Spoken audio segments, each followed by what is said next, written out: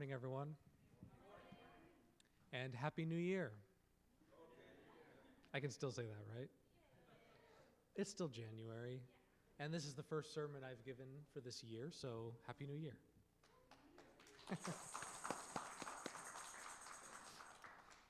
Yes, the new year is already well underway. We're actually coming to the end of January, so I'm sure you've all gone through all the traditional reflections and resolution making. I'm not going to go too much into that today, but I do have this sermon about living towards the horizon. I'm going to explain what that means in a minute. But after the new year, after we've all reflected on the mistakes and successes of the past year, we've made resolutions for the new year to come. I have to ask the question, in what direction are we now moving? This is a question that you may have asked yourselves. The direction that we are moving in our life is something that is worth reflecting on. Actually, it's undeniable that no matter where we are in our life, we are always moving in some direction towards some destination. Whether or not, can I go to the next slide? Is it not on? Okay. Thank you. So, we always have a trajectory in life. We are always moving in some direction, and that direction in our life is affected by the things that we experience. The decisions that we make. It's all right. Yeah, thank you. Our life's trajectory is affected by many things, the experiences that we have day to day, the decisions that we make in response to those experiences, and the hopes that we hold in our heart for the future. So all of these create a trajectory in our life, but it's not always the best direction. Many times people don't really understand the trajectory in their own life, and they don't pay attention to the consequences of their actions or their beliefs. This can lead them to moving in a direction that they're not really aware of. And unfortunately, if you're not aware of the direction you're moving, then most likely that direction is not the best. It's not leading you to God. It's not leading you to your ideal self. But hopefully many of us are reflective people that pay attention to that thing. Oh, thank you. I was looking for those.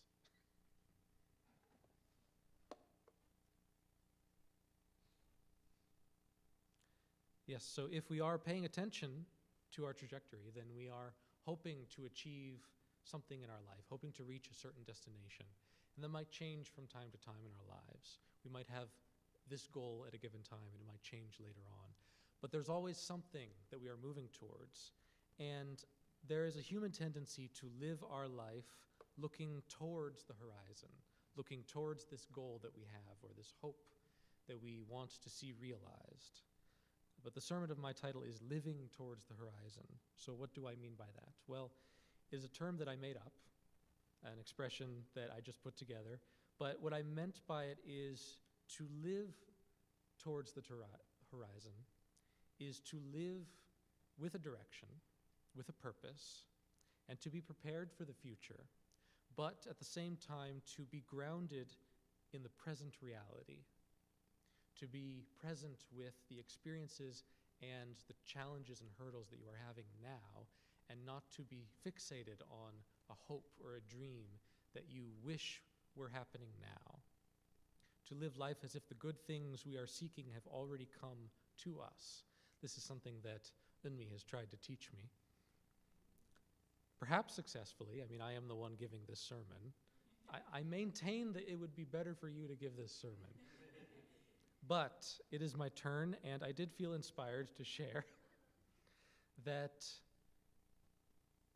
we have our hopes and desires for the future, but the present moment is when we are actually experiencing God's blessings.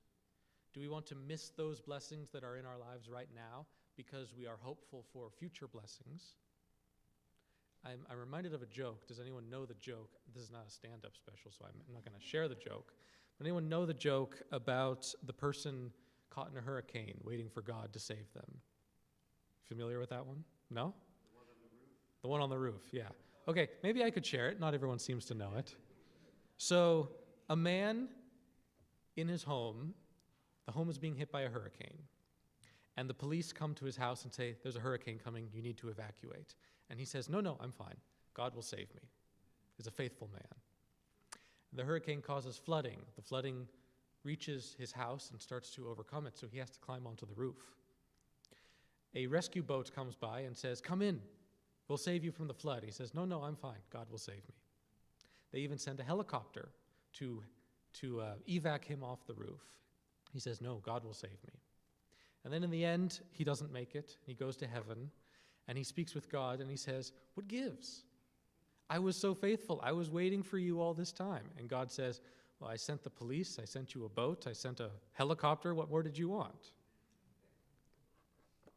So he's hoping for something incredible to happen, and he has a great deal of internal faith, but he's missing the blessings, the salvation that is being brought right to his doorstep. So the message that I want to share that I think is very important for our community today is that even as we have great hopes and great expectations for the future, and we are always moving forward, we have to be present in this reality today where God is blessing us and giving us opportunities to grow. And in fact, reaching those goals and dreams is not possible without our work in the day-to-day. We have to be present in the challenges and trials and also the joys of the moment in order to reach that destination that we are hoping for. So what is the direction that we want to move in our lives? Speaking personally, and I hope that I speak for all of you, I do want alignment with God in my life. So what is the direction that heaven is moving? Let's look at that. This is something that we as Unificationists, as the Seattle Family Church, as the Family Federation, are well acquainted with. The Unificationist Church is always preoccupied with the providence, what is happening to create the perfect world that God desires. And many of you, our first generation, made that a central part of your life for many decades. So you've had this experience of living day to day, living through these trials, committing each of your moments to achieving this goal. But nowadays, things have simmered down a little bit for us. The front line is not the same as it used to be. There's not this sense of ongoing conflict or struggle that we see in our daily lives. And many of us may be thinking, at this point, shouldn't things have been solved by now? In fact, there's been, in the past few years, I've noticed a series of announcements, events, and celebrations in our movement that have this energy of, this is the end stretch, this is the final goal, we are reaching it, we are accomplishing it now, and we all join in, we all invest our energy, our time, our money into these projects, and then it's a wonderful moment, a great victory for God, and then we're still waiting. Shouldn't things be solved now? You know, True Father, our Reverend Sun Myung Moon said, I have accomplished everything. Our Holy Mother Han has brought the palace event, which brought God substantially on the earth. And these are real achievements, but we keep expecting it to be, this is the end goal, and now this is what we've been waiting for. And now what? What has changed? What are we still waiting for? Actually, we are still waiting to reach the promised land. This is kind of the culture of humanity, but especially the culture of religion. It's the trials that the original Hebrews went through is always striving to reach the promised land. It's the Christian spirit that always says, Jesus will come one day, and I hope that he comes in my lifetime. It's even in our songs. The wonderful music that was given to us by the band today. Actually, one song, I should have brought up songs for you to do. I was late with that. But one song that I thought would be appropriate was Sailing with Our Fathers, because of the line, look out with joy in your eyes, the promised land is in sight. It's right there. It's in sight. We're right there. And we sing about it every Sunday. But we're always waiting. That's kind of the culture that we have inherited. But if we're always waiting for God's will to be realized tomorrow, we are going to miss God's working in our lives today. God is working in our lives today, and God, who exists outside of time, is not worried about the future because he will take care of us then too. But he is with us right now and wants us to experience the blessings that he's giving us, not just for them to be there, but for us to actually experience them. I guarantee that each of you is blessed in ways you haven't realized.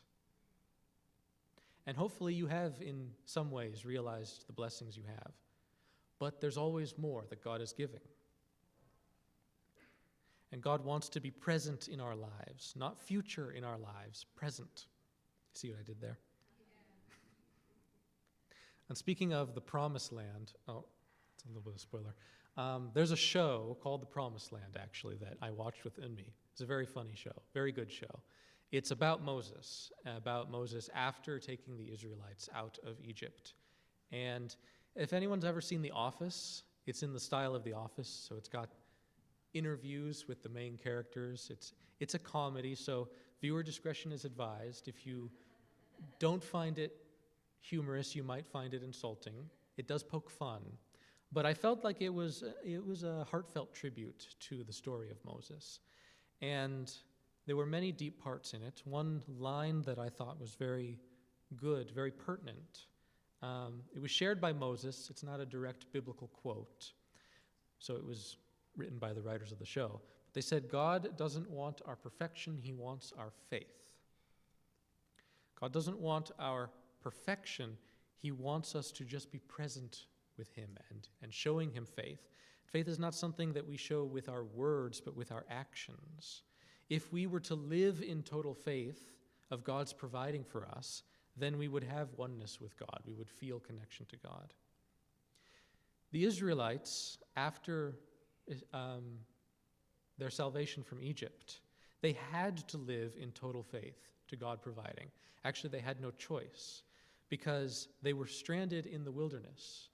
And every night they went to sleep knowing that if God did not provide the manna in the morning, then there would not be enough food for them. You can interpret this passage in many different ways, but it's undeniable that they needed God every day to keep them as a people, to keep them alive.